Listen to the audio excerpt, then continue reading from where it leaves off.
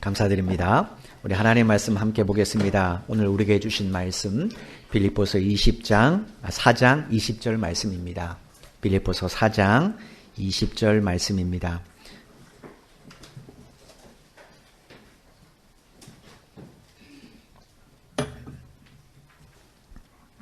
신약성경 322페이지 빌립보서 4장 20절 말씀 찾은 줄 알고 제가 봉독해 드리도록 하겠습니다. 하나님 곧 우리 아버지께 세세무궁하도록 영광을 돌릴지어다. 아멘. 아멘. 요한복음 20장에 보면 부활하신 예수님께서 이제 마가다락방에 모여서 문을 꼭꼭 걸어 잠그고 두려움에 떨고 있는 제자들 그들을 찾아가셨습니다.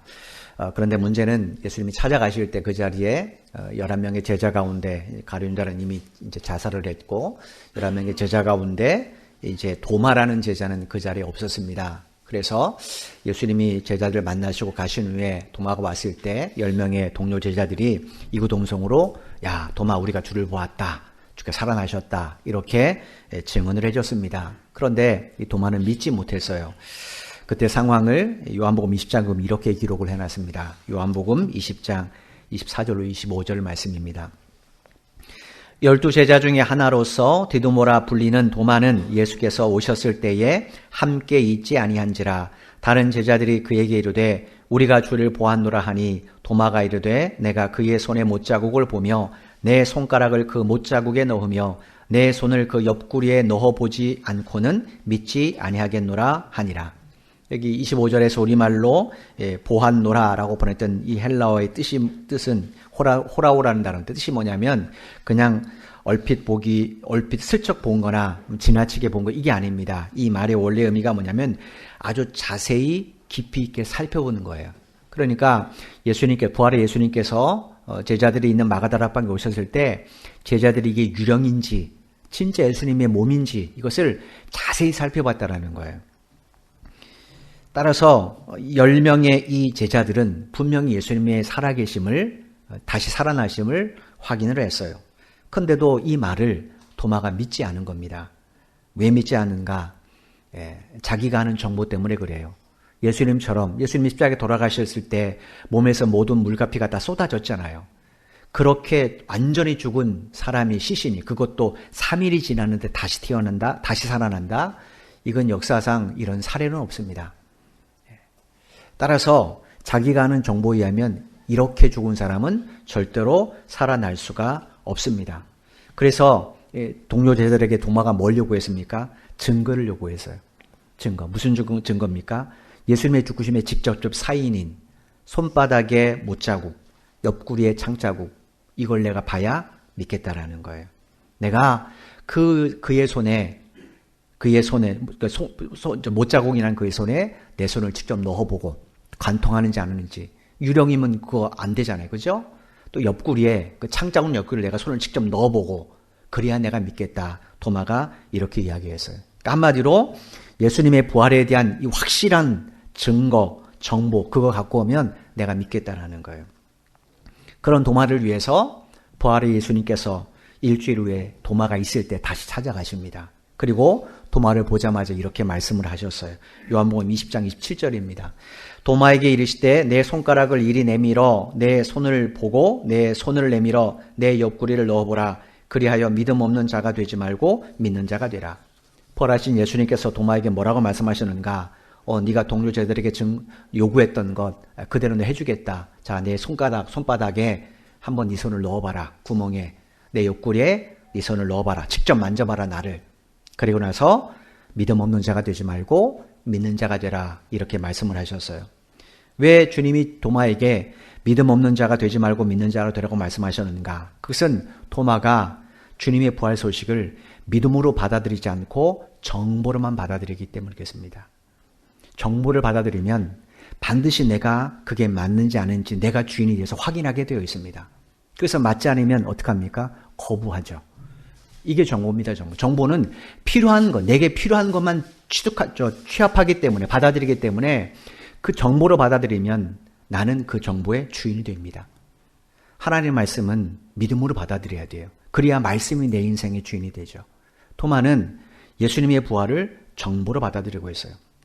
그래서 예수님께서 야, 믿음 없는 자가 되지 말고 믿는 자가 되라. 다른 말로 하면 너 아는 자 되지 말고 믿는 자 되라는 거예요. 여러분, 도마처럼 예수님을 잘 아는 사람이 어디 있겠습니까? 3년 동안 같이 다녔는데 예수님의 버릇까지 다 알 겁니다. 습관까지 다 알 거예요. 그런데 도마는 알기만 알았지 예수님을 진짜 메시아로 믿지 않았던 거예요. 주님의 이 말씀에 도마가 이렇게 고백을 해요. 요한복음 20장 28절입니다. 도마가 대답하여 이르되 나의 주님이시요 나의 하나님이시니라. 주께서 도마에게 야, 내 손가락에 네 손가락 넣어봐. 내 옆구리에 네 손가락 넣어봐. 진짜 못자국 창자국 있는지 확인해봐 라고 말씀하셨어요. 여러분, 도마가 진짜 만졌을까요? 도마는 만져보지 않았습니다. 그런데 뭐라고 고백합니까? 주님은 나의 주님이시고 나의 하나님이라는 거예요. 우리말로는 이게 서술형이지만 헬라 성경에 감탄형으로 되어 있습니다. 아, 나의 주님, 나의 하나님 이렇게 고백을 했어요. 만져보지 않았습니다. 넣어보지 않았어요. 그런데 주님의 손에 난 이 못자국을 보고 주님의 옆구리에는 창짝을 보고 이 도마가 아, 당신은 나의 주님, 나의 하나님입니다. 이렇게 감탄했다라는 거예요. 이유가 뭐겠습니까? 그걸 본 순간 도마는 그 손바닥에 있는 못자국과 옆구리에 있는 창자국이 의미하는 말을 알았기 때문에 그래요. 예수님이 왜 손에 못을 박히셨습니까? 왜 옆구리에 창에 찔리셨습니까?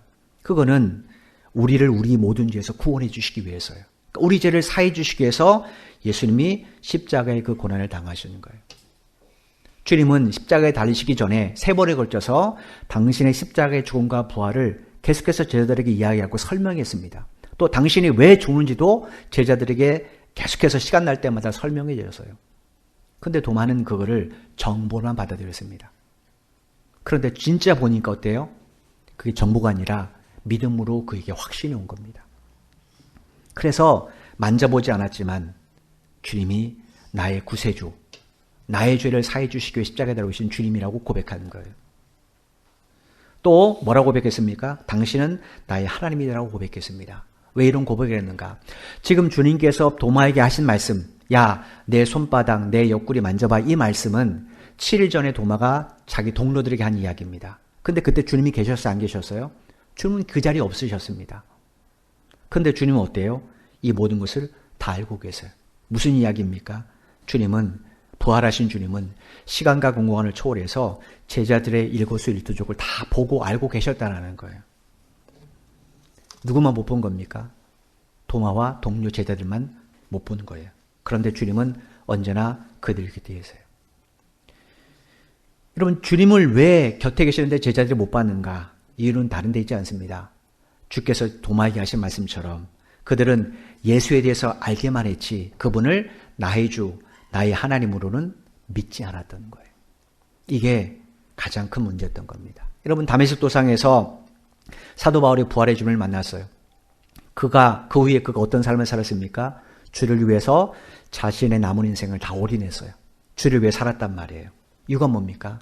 바울이 그 주님을 나의 주, 나의 하나님 믿었기 때문에. 그 전에 부활의 주님을 만나기 전에 바울은 예수님에 대한 이야기를 정보로만 들었어요.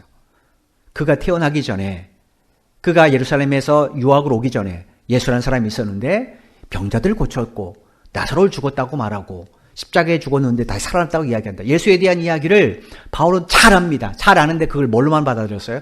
정보로 받아들였어요. 그런데 자기가 이미 알고 있는 또 다른 정보가 있습니다. 그게 무슨 정보입니까? 유대교에서 가르치는 율법의 정보입니다. 그 정보와 충돌될 때 바울이 뭘 선택했는가? 자기가 주인이니까 자기가 판단해야 되잖아요. 정보에 대해서는. 그래서 자기에게 유익된 정보를 취했는데 그 정보가 뭔가? 예수가 하나님을 못 얻겠고 성전을 못 얻겠다는 이야기예요.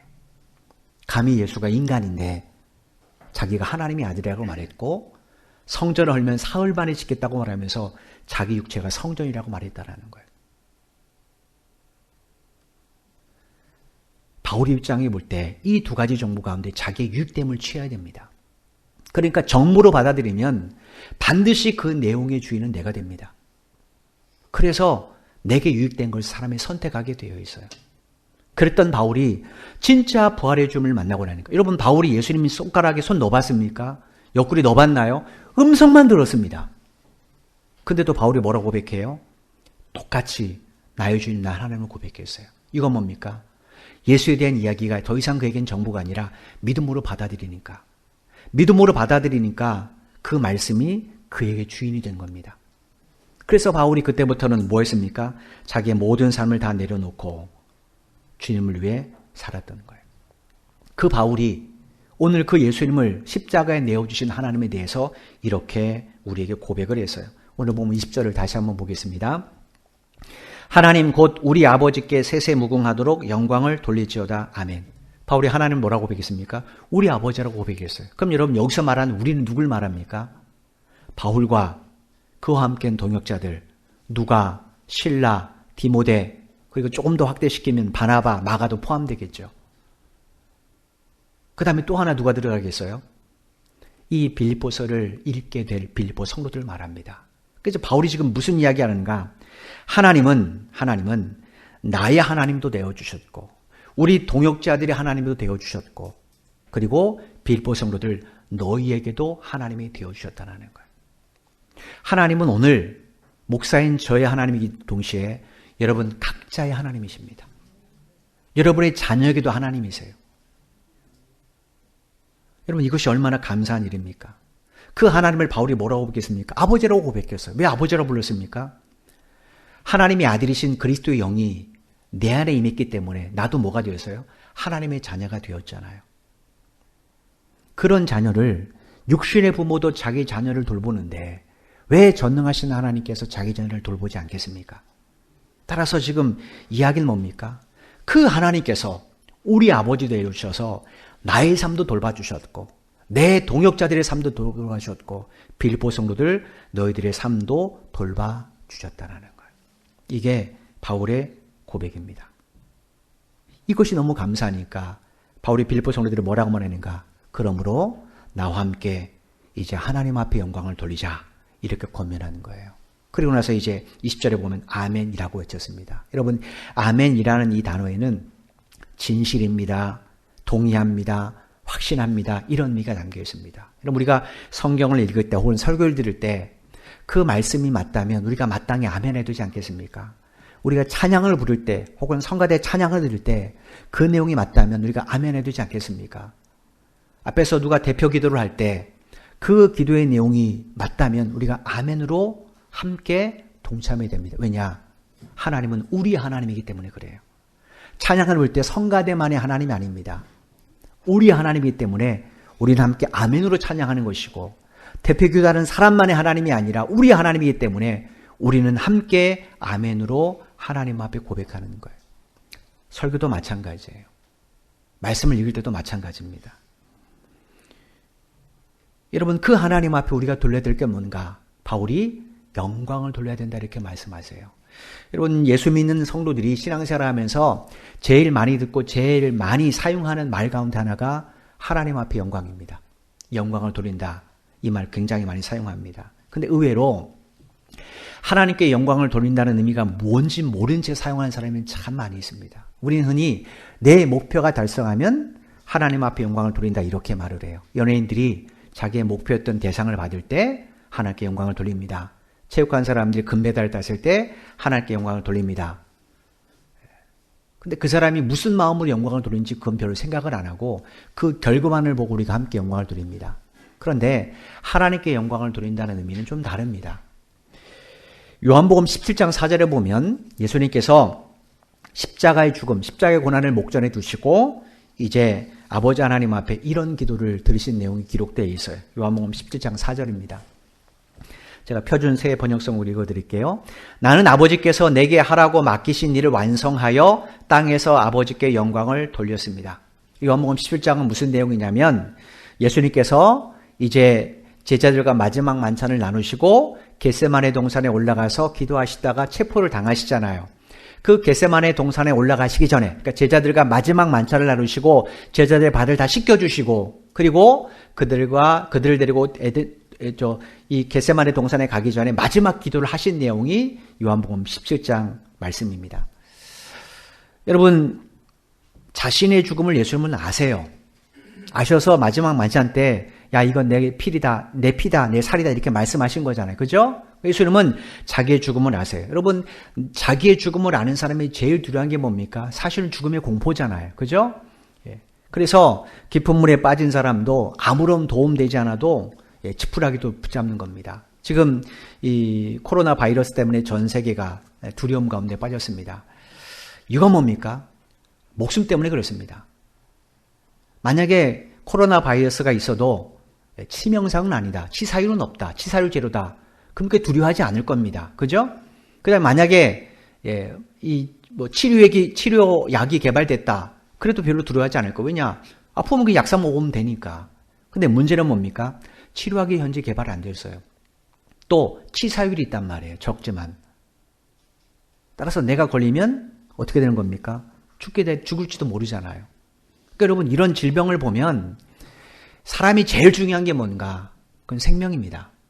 돈도 아니고 권력도 아니고 성공도 아닙니다. 사실은 생명이에요. 사람은요, 이 적은 눈에 보이지 않는 이 작은 바이러스도 못 이깁니다. 저는 이런 질병이 있을 때마다 하나님의 말씀의 진리임을 다시 한번 깨닫습니다. 레위기에 보면 하나님께서 이스라엘 백성들, 그때는 전염병이라는 그런 의식이 없는 때입니다. 뭐 청결 이런 의식이 없는 때입니다. 그런데 광야에 사는 이스라엘 백성들에게 레위기 말씀을 주실 때 전염병이 걸릴 때 이렇게 대처하라고 말씀하세요. 그 내용이 뭐냐면 전염병 걸린 사람 증상이 있으면 빨리 제사장에 가서 자기 몸을 보이라는 거예요. 이게 전염병인지 아닌지 우리로 말하면 확인을 하는 거죠. 그래서 전염병이다 그러면 그 사람이 이스라엘 진영 밖으로 격리시킵니다. 격리시키고 치유됐을 때 다시 제사장에 와서 자기 몸을 보여서 완치의 확대를 받아야 돼. 그리고 들어옵니다. 이건 뭡니까? 공동체를 지키기 위함이에요. 지금 여러분 보십시오. 코로나 바이러스 막기 위해서 지금 그런 시스템 하잖아요. 만약에 성경대로 이렇게 철저하게 시스템했다면 이렇게까지 이게 창궐하지는 않았을 겁니다. 그러니까 성경의 진리임을 이런 거 보면 또다시 한번 깨닫게 됩니다. 예수님은 자기 죽을 날을 아세요. 이제 겟세마네 동산에 올라가면 체포돼서 죽을 걸 아십니다. 그것도 그냥 죽음이 아니라 어떻게 죽을지를 잘 아세요. 채찍에 맞을 것이고 모욕을 당할 것이고 침뱉음을 당할 것이고 뺨을 맞을 것이고 옷도 빼앗길 것이고 머리에 가시관 손발에 대못을 박히시고 옆구리에 창에 찔림을 당할 것을 예수는 낱낱이 다 아십니다. 그런데 예수님은 어떻게 하십니까? 죽음을 피해달라고 기도하지 않아요. 뭐라 기도하시는가? 10장 4절에 하나님께 영광을 돌리기 원합니다. 내가 지금까지 하나님의 영광을 돌렸습니다. 뭘 통해 영광을 돌렸다고 말씀하세요? 아버지 하나님께서 내게 하라고 맡기신 일. 그 일의 완성은 십자가입니다. 그걸 통해서 하나님께 영광을 돌리기 원한다는 거예요. 그러면 예수님께서는 언제부터 하나님께서 맡기신 일을 하셨는가? 요한복음 1장 2절로 3절에 보면 예수님은 태초에 하나님과 함께 천지를 창조하셨다고 말씀하세요. 그러니까 예수님은 아버지 하나님으로부터 영원한 생명을 받은 그 순간부터 뭘 위해 일하신 거예요? 아버지 하나님이 하라고 하신 일들을 위해 일하신 겁니다. 그랬더니 그 일을 통해 누가 영광을 받으셨어요? 하나님께서 영광을 받으셨어요. 예수님께서 하늘을 보자 버리시고 인간의 몸을 입고 이 땅에 오신 목적도, 또 당신이 창조하신 피조물들에게 모욕과 멸시와 천대를 받으시고 조롱을 당하신 목적도, 십자가에 못 박혀 돌아가신 그 모든 목적도 사실은 다 누가 하라는 겁니까? 하나님이 예수님께 하라고 맡기신 일이에요. 그 일을 예수님은 감당하셨어요. 그랬더니 그 모든 것이 누구에게 영광이에요? 하나님께 영광이 됐습니다. 그러면 그 예수님처럼 우리도 예수님을 통한 영원한 생명을 받았잖아요. 받았다면 우리도 당연히 무슨 일을 해야 됩니까? 하나님이 하라고 하신 일을 해야 되지 않겠습니까? 그 일이 우리가 뭔지 몰라요. 그래서 우리는 쉬지 말고 기도해야 됩니다. 어떤 일을 해야 됩니다. 이게 진짜 하나님 원하시는 건가? 하나님이 일을 어떻게 하기를 원하시는가? 만약에 하나님 맡기신 일이라면 주의 뜻대로 해야 되잖아요. 이것이 우리가 순간순간 하나님의 맡기신 일을 행하는 방법이에요. 그러니까 우리는 늘 이분 위해서 기도해야 됩니다. 그럼 하나님이 하나하나 가르쳐 주세요. 제가 몇 년 전에 설교 시간에 연변과학기술대학에서 건축학 교수로 이 학생들을 섬기고 있는 권길중이라는 박사님에 대해서 여러분에게 말씀을 드린 적이 있어요. 그분의 간증에 대해서. 그 내용을 여러분에게 다시 한번 들려드리고 말씀을 맺으려고 그래요. 여러분 제가 그때 말씀드린 것처럼 이분은 30대 때, 그러니까 아주 젊은 나이 20대 때 미국으로 유학을 가서 거기서 공부해서 30대 때 박사학위를 받았습니다. 그분인데 이분이 얼마나 뛰어난 분이냐면 세계 100대 조형 건축가로 선정됐습니다. 이 세계 100대 조형 건축가로 선정이 되면 많은 기업들이 건물을 지을 때 다 전부 다 그 설계를 이 사람에게 맡깁니다. 이런 사람들에게 맡겨요. 왜냐? 하나를 만들어도 바르게 만들어야 되잖아요. 자기들의 어떤 기업을 부각시키는 일인데. 그래서 100대 조형 건축가로 선정이 되면 그때부터는 건축가에게는 명예와 부가 막 쏟아지게 되어 있습니다. 이분도 그렇게 건축가로 명성을 날릴 즈음에 갑자기 식도암에 걸려버렸어요. 생각해 보십시오. 오늘 갑자기 여러분이 몸이 안 좋아서 식사를 잘 못해서 병원에 갔는데 식도암 말기입니다. 그럼 여러분은 어떻게 했습니까? 기가 막히죠. 음식을 목으로 못 넘기는 거예요. 식도암이면. 너무 고통스러우니까 목으로 못 넘깁니다. 그러니까 몸이 어떻게 했으면 점점 말라가겠죠. 그래서 병원에 입원했고 이제 점점 위중해져서 나중에는 코에다가 호수를 넣고 죽 같은 것을 코로 흡입할 수밖에 없는 그런 지경에 이르렀어요. 그래도 그렇게 치료를 받고 있는데 의사로부터 통보가 옵니다. 의학적으로 이제는 손을 댈 수가 없으니까 장례를 준비하십시오. 이게 병원에서 마지막 통보였어요. 죽음의 잔인한 손이 그분의 목을 점점 조여온 겁니다. 그런데 그런 지경에 이르렀을 때 이분이 언젠간 밤에 고민을 해봤답니다. 이분은 크리스찬인데 고민했대요. 과연 내가 한평생 하나님을 위해서 살았다고 말할 수 있는가? 내가 과연 하나님의 영광을 위해서 살았다고 말할 수 있는가? 왜냐? 죽으면 그 다음엔 어디에 서야 됩니까? 하나님의 심판 앞에 서야 되잖아요. 이분은 예수 믿는 사람이니까. 내가 죽으면 하나님 앞에 심판에 서야 되는데 과연 내가 한 해 동안 지금까지 살면서 내가 주를 위해 살았나? 내가 진짜 하나님 앞에 영광을 돌린 적이나 있나? 곰곰이 생각해 봤는데 차마 예라는 대답이 안 나오더래요. 왜냐? 가만히 보니까 자기는 자기의 예수를 위해서, 자기의 성공을 위해서, 자기의 명예를 위해서 달려왔지 하나님을 위해서 일하진 않았더라는 거예요. 내가 이렇게 하면 이렇게 높은 자리에 앉겠지? 사람들이 인정받겠지? 이게 그의 목적이었더라는 거예요. 그걸 생각하니까 가슴이 너무너무 답답하더래요. 이제 어떻게 해야 되나? 곧 하나님 앞에 서게 될 텐데 나는 어떻게 해야 되나? 그렇게 고민하고 괴로워하는데 어느 날 친척들이 이제 병문안 오겠죠? 와서 그중에 한 분이 테이프를 하나를 죽으면서 무료하니까 좀 들어보라 이렇게 말했대요. 그 테이프가 뭐냐면 그 당시 이제 연변의 과학기술대학 막 세울 때라 그 연변 과학기술대학의 김진경 총장이 다니면서 교수들 그 다음에 이제 교회 학교를 세우는데 필요한 좀 헌금 좀 해달라고 이렇게 교회를 다니면서 막 부흥 집회도 하고 그럴 때입니다. 그 김진경 총장의 설교 테이프를 주면서 한번 들어봐 그랬대요. 그걸 듣는데 그 중에 이런 내용이 그분의 귀에 딱 들어왔답니다. 들어보십시오. 여러분, 하나님이 가장 기뻐하는 삶이 무엇인지 아십니까? 복음을 모르는 사람에게 복음을 음으로 양으로 직접 간접으로 전하는 삶을 구심점으로 두고 인생을 설계하는 것입니다. 당신의 생은 정말 그렇게 살고 있습니까? 만약에 여러분도 하나님의 영광을 위하여 복음을 위하여 살고 싶으면 연변과학기술대학으로 오십시오. 거기에 오면 중국의 젊은이들이 기다리고 있습니다. 그들에게 복음을 전할 수 있습니다. 그들의 장례를 통해 하나님의 영광을 받으실 수 있도록 여러분은 썩은 미랄이 될 수 있습니다. 이런 내용이 귀에 들리더랍니다. 여러분 이 이야기를 듣는데 이분의 마음이 마치 날카로운 송곳으로 가슴을 파는 듯한 고통이 있더랍니다. 이거 뭔가 할 게 없잖아요. 그래서 혼자 울면서 기도했답니다. 하나님, 진작 나에게 이야기를 들려주셨으면, 진작 내가 이것을 알았다면 내가 얼마나 좋았을까요? 근데 하나님, 지금 나는 하고 싶어도 할 수 없는 몸이 됐습니다. 하나님 나 좀 불쌍히 여겨주십시오. 이렇게 기도했답니다. 차마 하나님 앞에 치료해달라는 말을 못하는 거예요. 이거 뭔가 의학적으로 치료가 불가능하다는 선고를 받았기 때문에 그래서 하나님, 왜 이제서야 이야기를 들려주십니까? 그러면서 눈물 흘려 기도하는데, 여러분, 이제 이렇게 메마르신 분들, 식사를 못하니까 손발이 차잖아요. 암 환자들 보면 손발이 찹니다. 차는데 갑자기 자기 손이 뜨거워지는 듯한 느낌이 들더랍니다. 이상하다 하고 그 밤에 잠을 편안하게 잤대요. 그리고 아침에 눈을 뜨는데 갑자기 너무나 음식이 먹고 싶더래요. 그래서 아내에게 부탁해서 나를 좀 일으켜다오.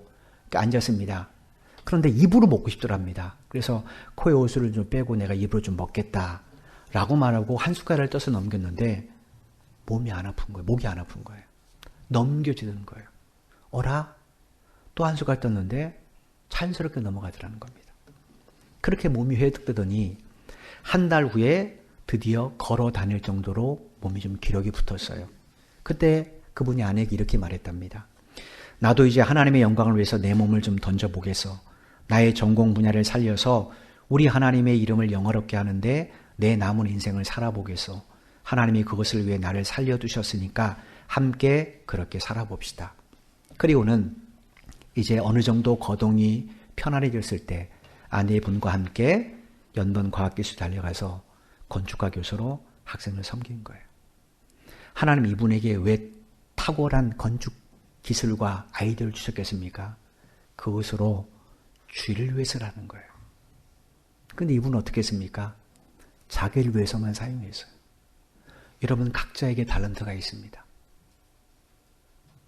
여러분 각자에게 하나님 주신 특별한 능력이 있어요.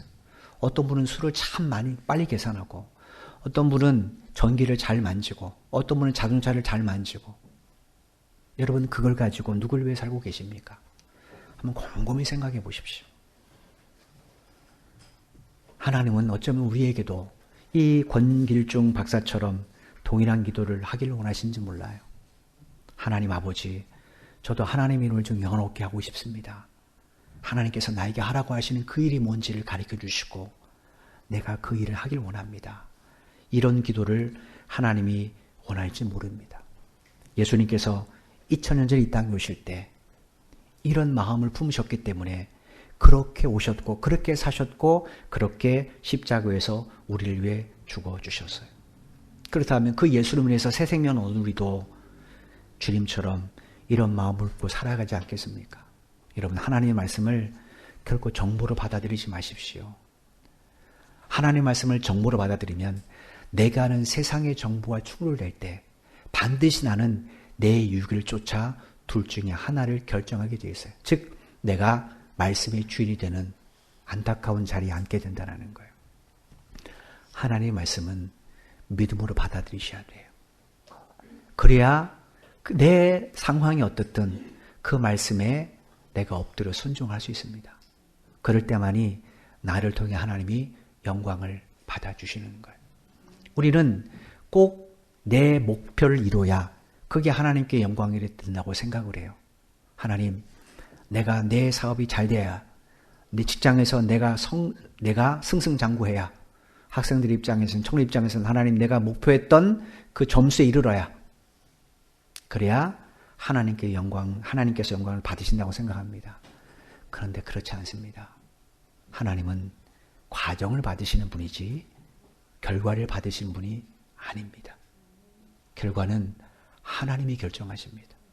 만약에 결과만 받으신다면 저 시골에서 한두 사람 놓고 목회하는 목사들은 실패한 사람입니까? 사업이 잘못돼서 다 줬고 신학교에 온 그런 신학생들은 실패한 인생입니까? 그렇지 않죠. 오히려 그런 사람을 통해 하나님 더 큰 영광을 받으십니다. 여러분 곰곰이 생각해 보십시오.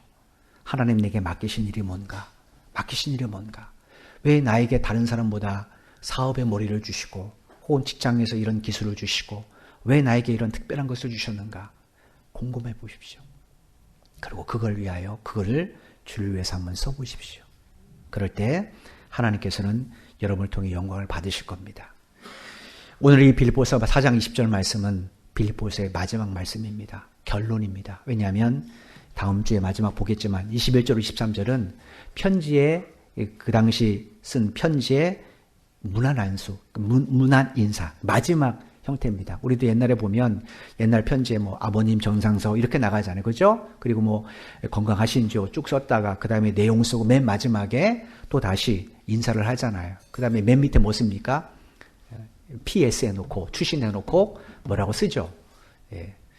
저 같은 세대는 아실 겁니다. 저도 연애 편지일 때 연애 편지에 우리나라에밖에 쓴 적 없습니다. 오해하시면 안 돼요. 그때 밑에다 PS 해놓고 뭐라고 씁니다. 만나고 싶다든지 뭐라고. 21절로 23절은 그 PS에 해당되는 이야기예요. 추신 내용과 같은 이야기예요. 따라서 빌립보서의 마지막은 20절 말씀입니다. 20절에 바울이 지금 결론을 뭐라고 지었어요? 하나님 곧 우리 아버지께 세세 무궁하도록 영광을 돌릴지어다 라고 마쳤습니다. 바라긴 여러분의 삶이 이 음성에 아멘으로 화답하는 삶이 되기를 주님의 이름으로 간절히 축원을 드립니다. 주를 위해서 살면 주께서 여러분의 삶을 반드시 지켜주십니다. 돌봐주세요. 그리고 책임져 주십니다. 뿐만 아니라 그 하나님 앞에 서게 되었을 때 주께서 우리를 통하여 영광 받으신 만큼 우리에게 상으로 보답해 주실 겁니다. 이 사실을 기억하시고 이제부터 하나님의 영광을 목표로. 여러분 우리 일부 예배 때 그런 얘기 아이들에게 했어요. 하루하루를 공부를 하면 오늘만 공부할 거야 하고 오늘 분량 하루하루를 공부하면 그 아이는 나중에 실력이 점점 향상되겠죠. 그죠? 그런 것처럼 우리 신앙도 마찬가지입니다. 나중에 예배 잘 드리겠지. 그게 아니라 하나님 내가 이게 마지막 예배로 알고 내가 이 예배를 잘 드리겠습니다. 그리고 하루하루 주어진 예배를 바르게 예배드리면 그 사람은 진짜 하나님 앞에 예배자가 됩니다. 그런데 나중에 잘 드리면 되지 라고 생각하면 어떻게 됩니까? 그 사람은 참된 예배가 될 수 없습니다. 한 가지 얘기만 하고 말씀드리겠습니다. 마치겠습니다. 우리 일부 예배 때 잠깐 이야기한 건데 제가 어제 극동 방송 이제 아침에 제가 잠깐 듣는데 그런 이야기가 들렸어요. 이제 어느 연초가 되면 다 이제 회장들 뽑잖아요. 집사들마다. 나 그거 이제 큰 교회였던 것 같아요. 근데 한 분이 이제 여전대 회장으로 뽑혔어요. 근데 회장이 되기 전에 이야기입니다. 회장으로 막 사람들이 이 사람 회장 됐으면 좋겠어라고 막 밀어봤을 때 그때 이야기입니다.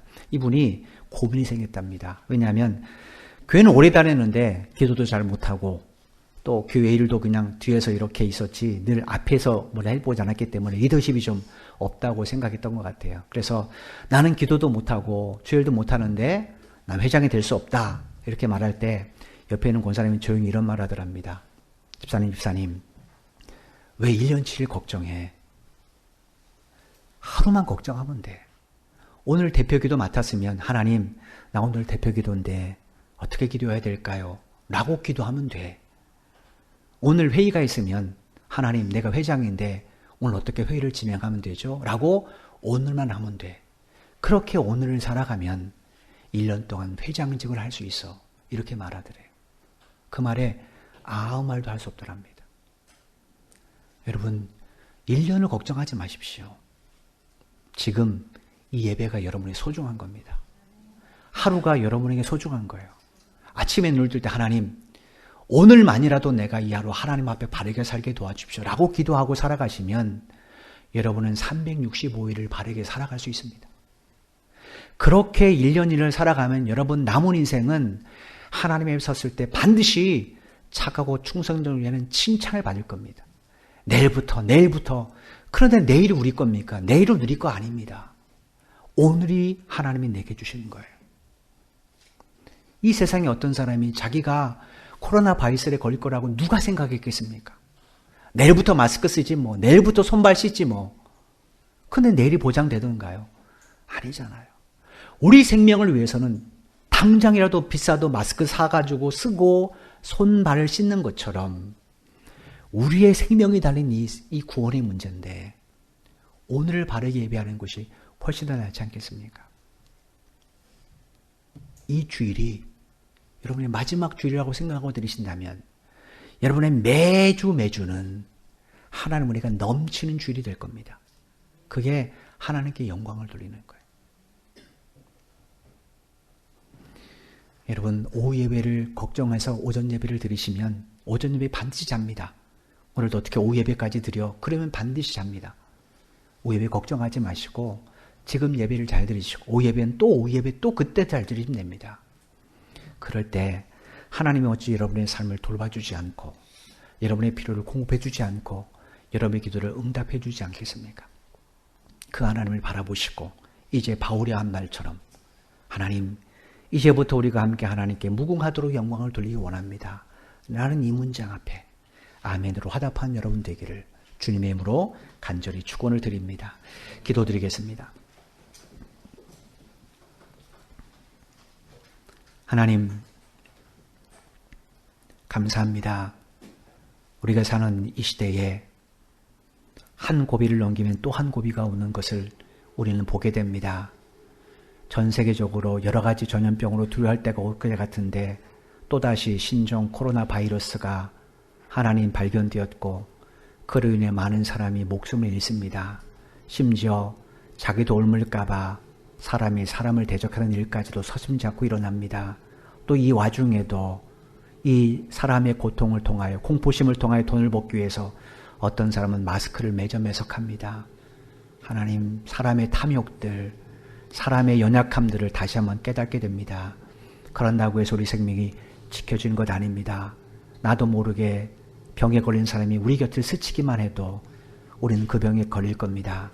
하나님이 지켜주지 않으면 우리 생명은 우리 힘으로 지켜낼 수가 없습니다.